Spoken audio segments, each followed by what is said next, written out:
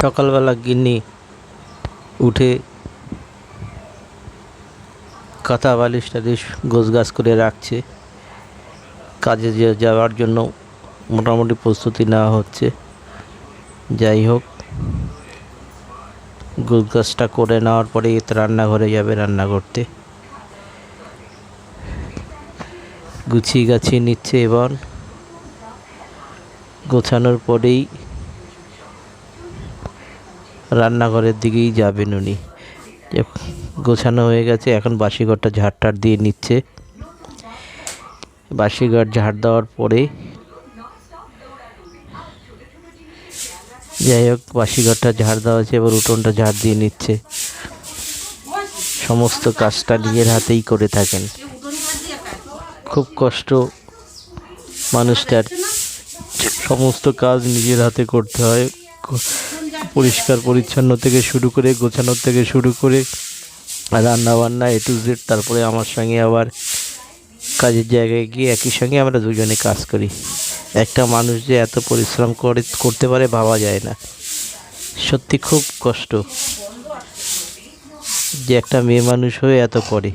এর জন্য আমি আমার বউকে অজস্র ধন্যবাদ দিই যে একটা মেয়ে মানুষ হয়ে এত কষ্ট করে। জানি না ভগবান আমাদের কোনো দিন সুদিন দেবেন কি না। অরিজিনালি বাস্তব, আমরা খুব কষ্টের মধ্যেই আছি। যাই হোক, ভাত টাতগুলো রান্না অলরেডি হয়ে গেছে। রোজ রোজ একই জিনিস আপনাদেরকে দেখানো তো ভালো লাগে না, রান্না বান্না। যাই হোক, টোটালি রান্নাটা না দেখালেও আমরা রান্না বান্না করে নিয়ে যাচ্ছি, সেইটাই আপনাদেরকে দেখাচ্ছি। ঝিঙে তরকারি ইলিশ মাছ দিয়ে রান্না করেছে।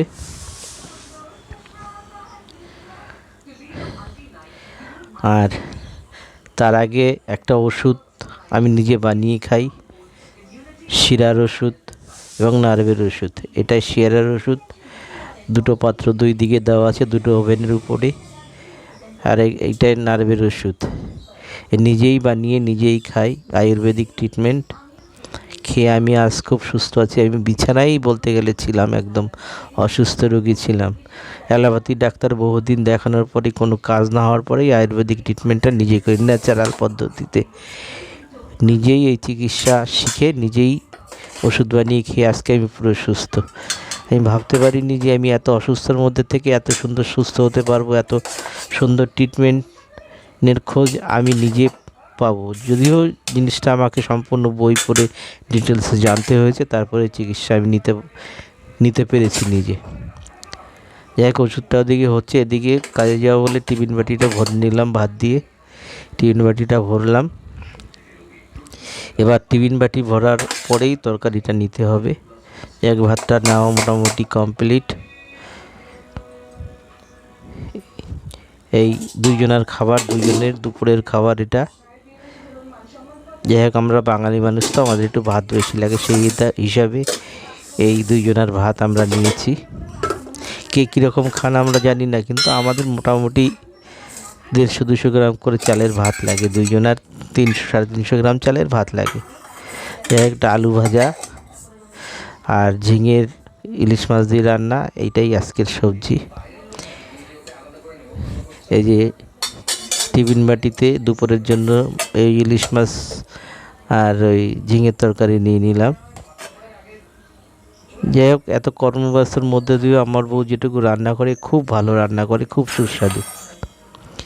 আপনাদের নিমন্ত্রণ রইল, আপনারা আসবেন, এসে আমার বউয়ের নিজের হাতের রান্না খেয়ে যাবেন। যাই হোক, সব গোছানো রেডি। এখন আমরা কাজের উদ্দেশ্যে বেরোচ্ছে আমার গিন্নি। আমি অলরেডি বেরিয়ে পড়েছি, ওই যে গাড়ি রয়েছে।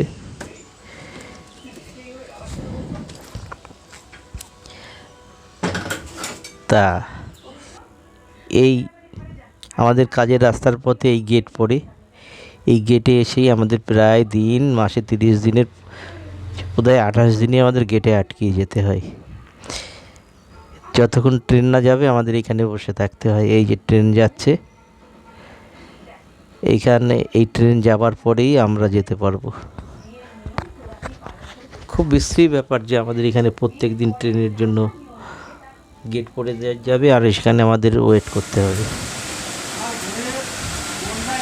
এক কর্মস্থানে এসে গেছি, যে বউ কাজে বসেছে। আমি মোটামুটি একটু আপনাদেরকে বাইরের দৃশ্যটা দেখালাম। এই কর্মস্থানের বাইরের দৃশ্য, আমাদের কোম্পানির আশেপাশের গাছপালা